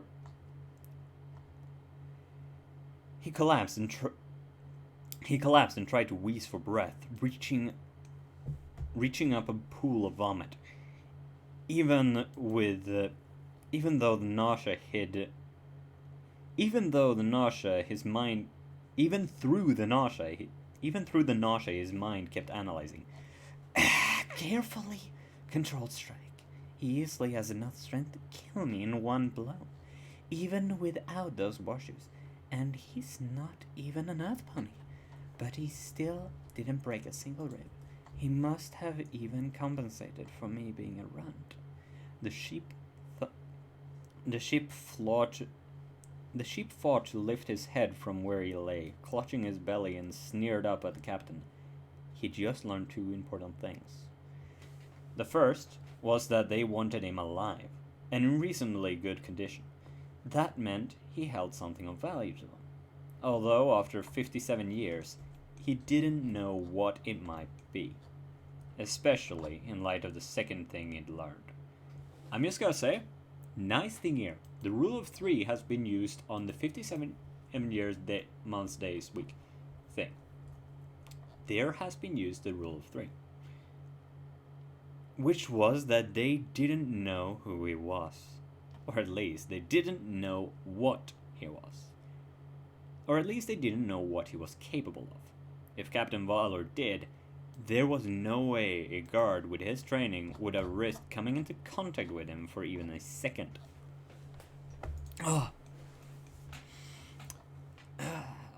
Despite having all of his powers sealed away by these magical shackles, he remembered how every guard had shied away from him. Had shied away from even touching.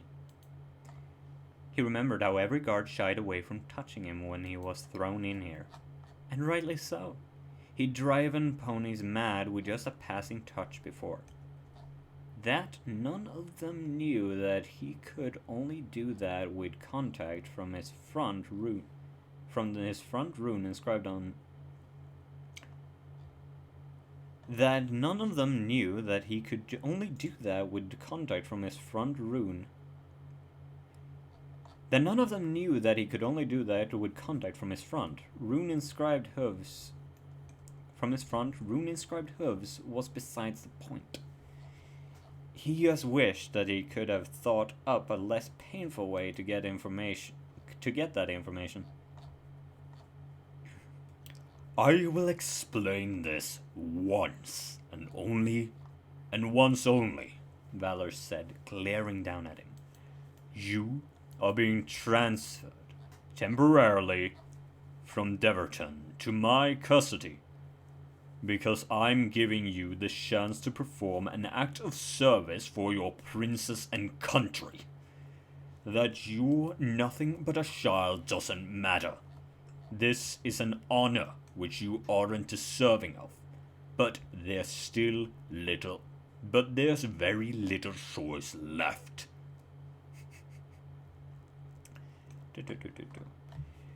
You will do what we say, when we say, and if you try to escape, we won't hesitate to beat you within an inch of your life before throwing you back in this hellhole to rot. Is that clear? The captain asked. He didn't say it as a threat, just a statement of fact. The sheep spat out the taste of vomit and pushed himself into a sitting position with a clink of chains. And what exactly could an inmate like me possibly have to offer the captain of the Solar Guard? He asked, plastering a leer across his features. He tapped his chains thoughtfully. A punching bag, wool, a lamp-sized model, home furnishing advice, bait. He was fishing for answers, trying to provoke the captain into letting something slip. All you need to know is that there has been a string of attacks in Vancouver. They all happen to be under special circumstances. All the victims have no memory of the events, and some are aggressive in their denial. Princess Celestia has tasked me to clear the matter up, and has given me access to an asset I deem necessary.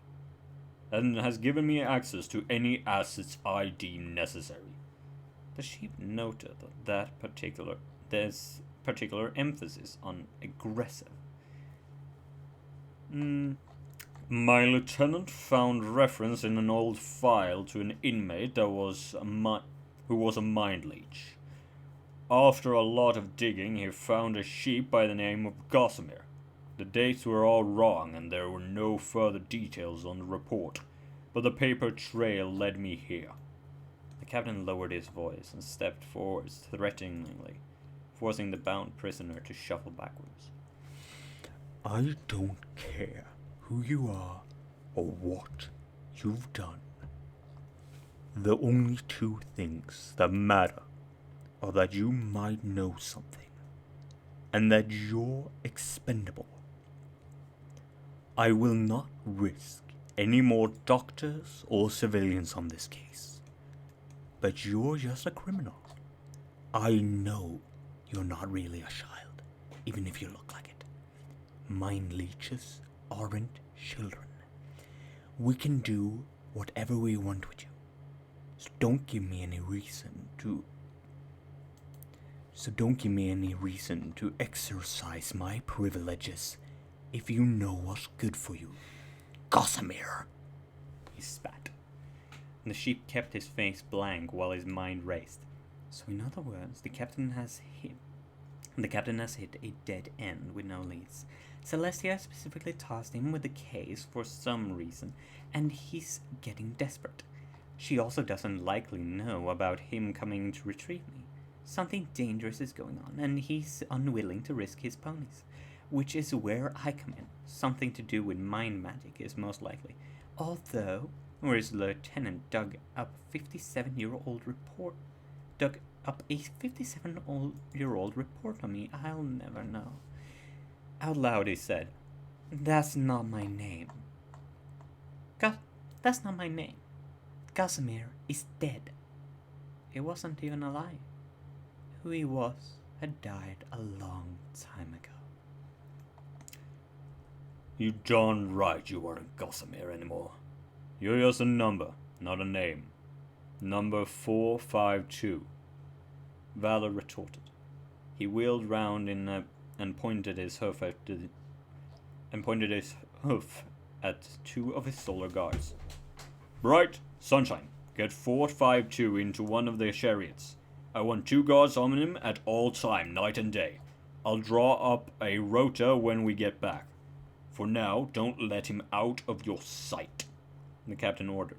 Yes, sir. Both unicorns barked, and the one called Sunshine grasped the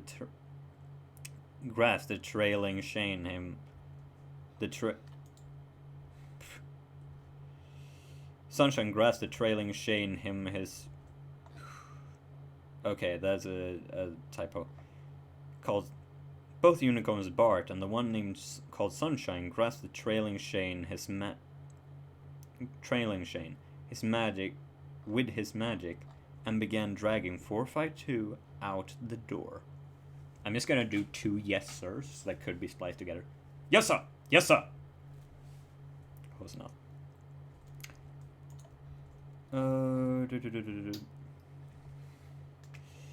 Wait, you didn't. You never said what it was that you wanted me to be.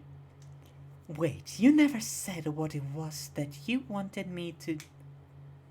Wait, you never said what it was.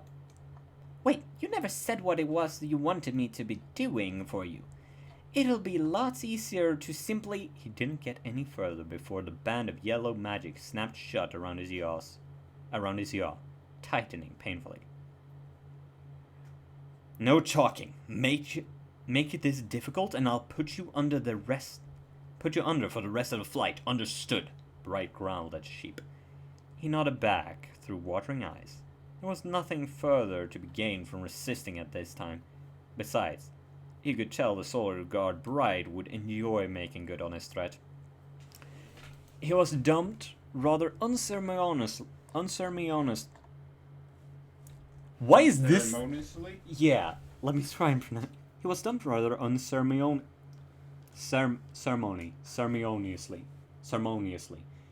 He was dumped rather unceremoniously into the back of one of the two golden chariots waiting outside, each drawn by two Pegasi in matching bright yellow armor.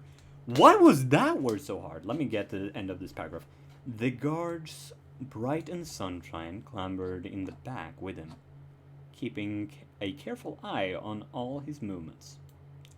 He carefully kept his face blank and his eyes downcast, hiding his emotions. He hated unicorns. Oh, we're almost at the end. Why is unceremoniously? Unceremoniously. For fuck's sake, that word. Why is that where I fuck up? Oh, we're only one viewer. We're probably alone. Oh no. Don't worry about it. Yeah, we're almost at the end though. He hated how superior they all felt. He hated how superior they all felt they were, and he especially hated how many of them actually were. They had magic. They could do almost anything. If at this very second Captain Valor decided to turn him inside out with magic, there was absolutely nothing he could do about it. Unicorns had it the best of all races, even among ponies, where every pony was taught that all were equal, and had a part to play, that every pony was equally worthy. Unicorns always came out on top. Why? Because they had magic. Of all pony races, he disliked Earth ponies the least. He pitied them in a way. They were born without wings or horns, which rendered them almost useless in comparison to their luckier brothers. Earth ponies were told to be those gifted individuals that their lack. Earth ponies were told by those gifted individuals that their lack of extra appendages was nothing to be ashamed of, that they were meant to work the earth and make use of their small amount of natural magic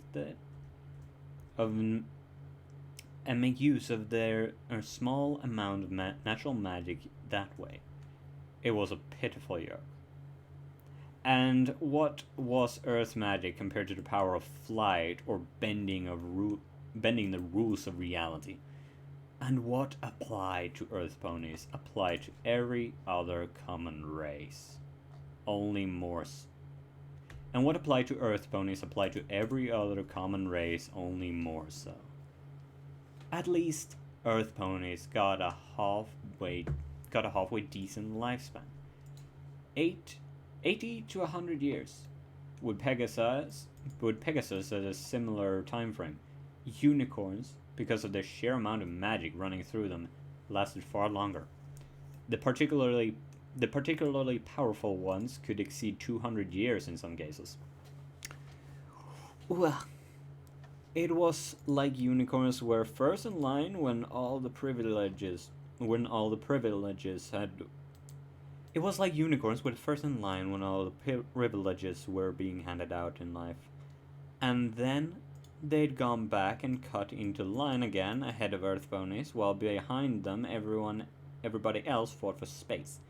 Sheep featured somewhere at the back, just in front of the caterpillars. How he hated and feared unicorns.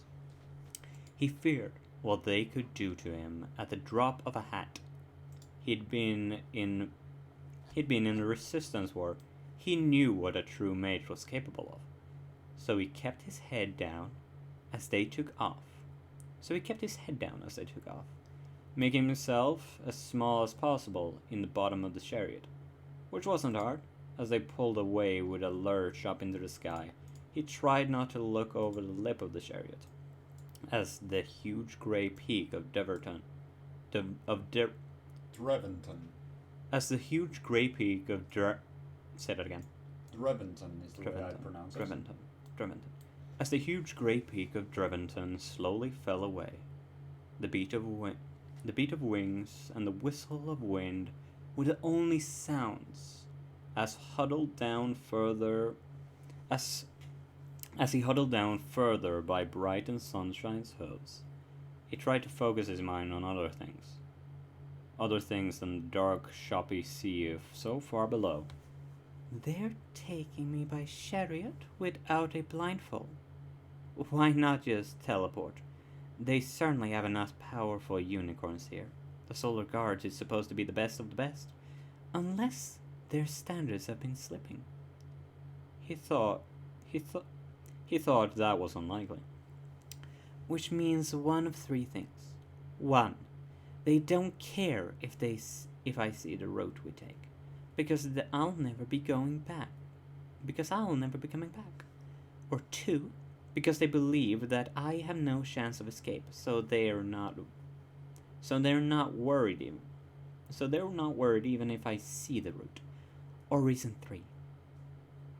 Dreventon is enchanted against teleportation. That would make the most sense. Dreventon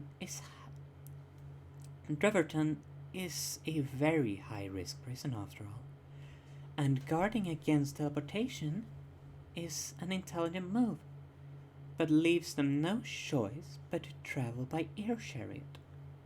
Or a fourth option. They simply plan to throw me over the side during the flight. He shriveled at the thought.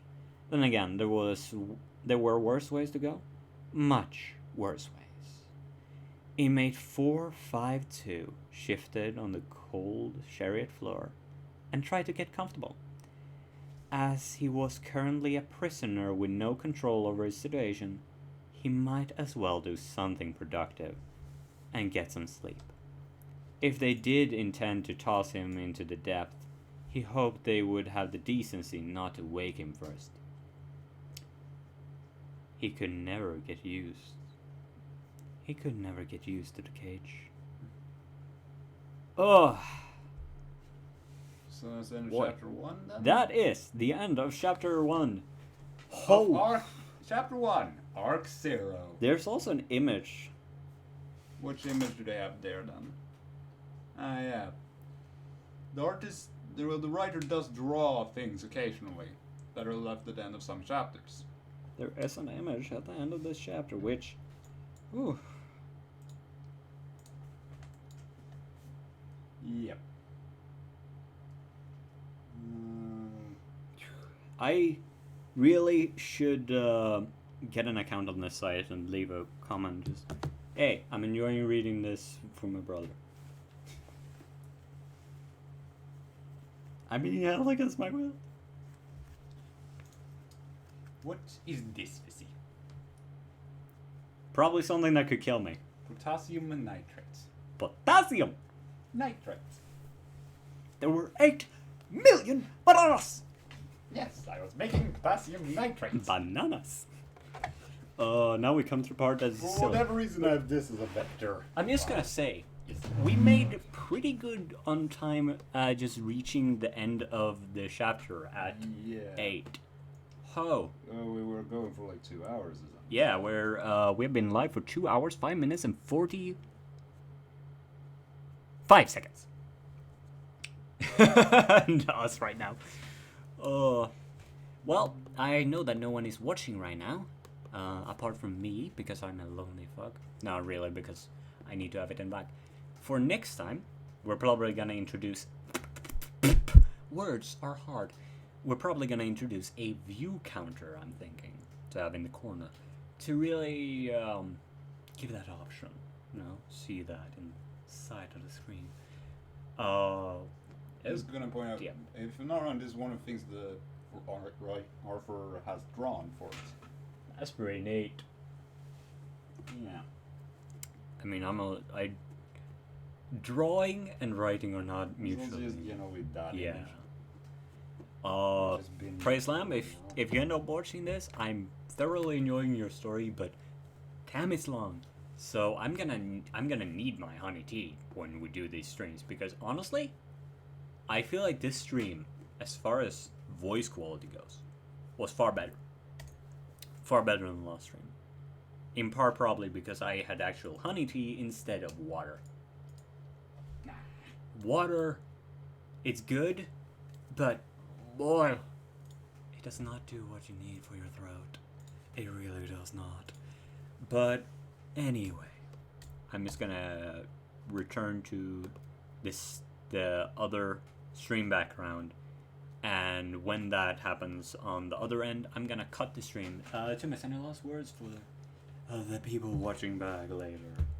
You are in for a long, long ride. This is a long story. I'm glad that I managed to start following the story early on. Yeah. Like when it had 2 or 3 chapters out. I'm just gonna. I am a bit behind on it, but I'm thinking of trying to catch up. We're gonna see if we can catch. Damn, it's a good thing. Depending on how often we stream, we might be able to catch up. Like, especially if I get better at the pace. Like, how often do you think we ought to stream these things? Because they're fun to do. Well, How often do people want to see these streams? that's one thing. There's also the potential of at some point doing some other story. Yeah, and Because- some other things. As I can find stories Yeah. that are like 10,000 Like, words and below. You know what would be fun? Like, we have access to the Changeling of the Guard Discord. We could ask, like, what are some stories that people know aren't read in, that are decently short, that would be fun to see? Like, read. Carapace's things. They have done a lot of different shit things. There's the ones with snacks, there's the ones Timus, with I books. know I sent my stuff to say not for children, but please think of the children that are still watching because no one Book. gives a They shipped a book? No, but they made a character in the book and shipped them.